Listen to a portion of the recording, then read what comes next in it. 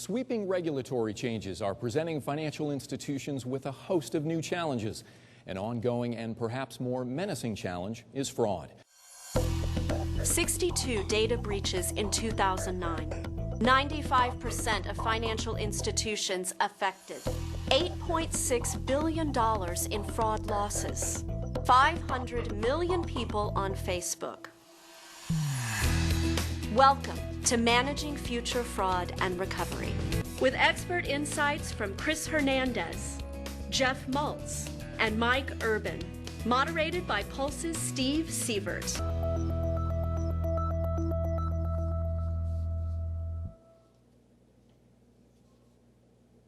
Welcome to the latest installment in the Pulse Insights and Solutions eForum series.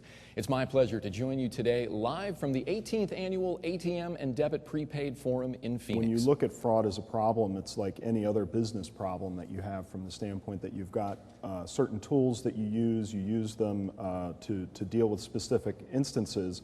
And so when we look at the fraud problem, your baseline is your real-time neural net scoring system that's monitoring all of those transactions that are coming through, whether they're monetary transactions where there's money moving, a balance inquiry, a pre-authorization, which a lot of testing comes from.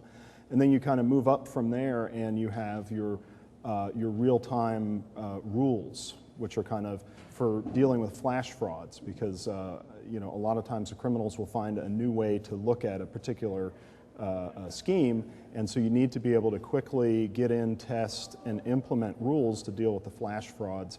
And then you've got your managing your compromised card strategy. So when you get the cards that have been known to be compromised, how do you incorporate those cards in with your rules and the scoring engine to come out with the best outcome? And a lot of fraud managers today look at it more from the standpoint of, I want more authorizations. So I don't want to impact my customer as much. I want to improve my customer experience.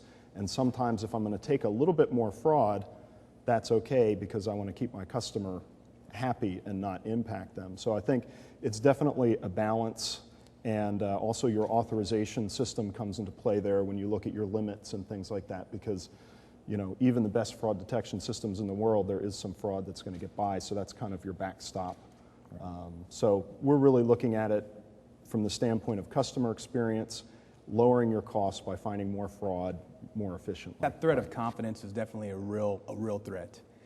Why? Because it involves trust, right? Trust between the financial institution like a UMB bank and a customer is usually our number one priority. And so what we try to do is we take it upon our responsibility to educate our customer base and hopefully let them know that we're looking out for their best interests, right? It's on a lot of people's minds these days.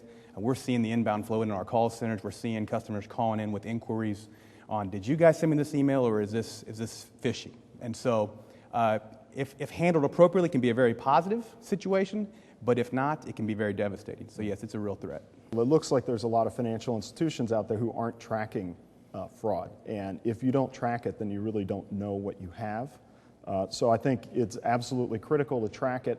And one of the things that it's almost an evolution, where when you start out and you say, here are the specific types of fraud that I want to track, once you start breaking that down and then over time and understanding where is that fraud actually hitting? Okay, the check was deposited into the ATM, but it's a check fraud. Is that ATM fraud? Is it check fraud? Really starting to figure that out for your institution and understand where that is allows you to measure where you are. And it's like any other operational performance. If you can't measure it, you don't know what you have. Is SMS, text messaging, emailing, calling, those sorts of things directly from the financial institution to the cardholder, is that a widespread practice? It isn't. I wish it were. And hopefully through these forums, this will be the new Because you're today. certainly advocating it for it to be widespread. Yes, please. There's so many controls that are brought up. Fantastic points, my friend. Beyond that, the person can monitor their credit scores, can understand their own credit system, their own information policy, separate their networking on the social media and eBay and ESPN.com on their web, separate computer for their online banking transactions. Just knowing what the potentiality of it is, being educated as a consumer, I think eliminates a lot of, not all of, fraud. Having good firewall, antivirus, the geeky stuff. You gotta do it. you really want to interact with your customers as a financial institution.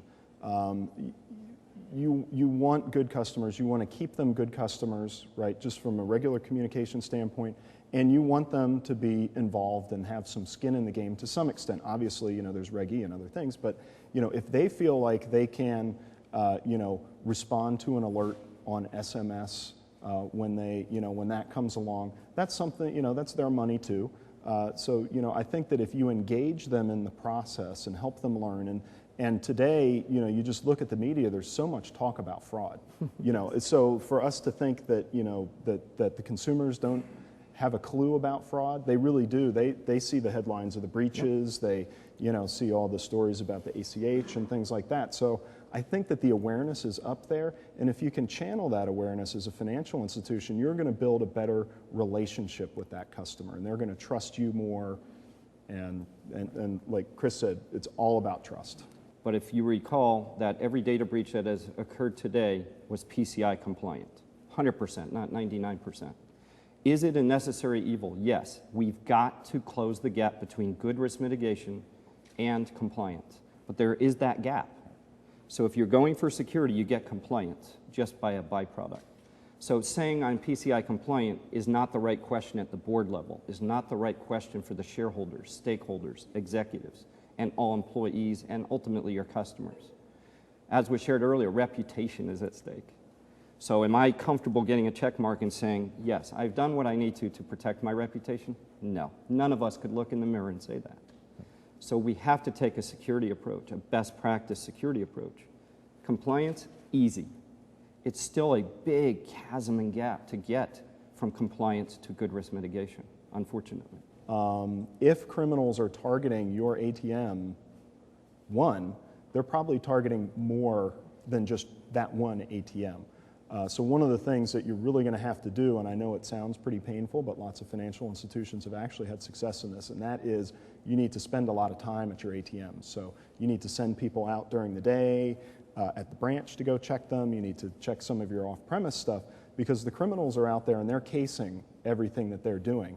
And if they see suddenly that you've got an attenuated presence, they will move on. Criminals are very interested in the PINs, and they can get, on the internet, they might get $6 for a credit card, but they'll get $50 to $100 for a good card and PIN. And there's a good reason for that. So I think that it's very important for financial institutions today to really seriously look at real-time neural net monitoring for their PIN-based transactions. So don't wait until you get hit.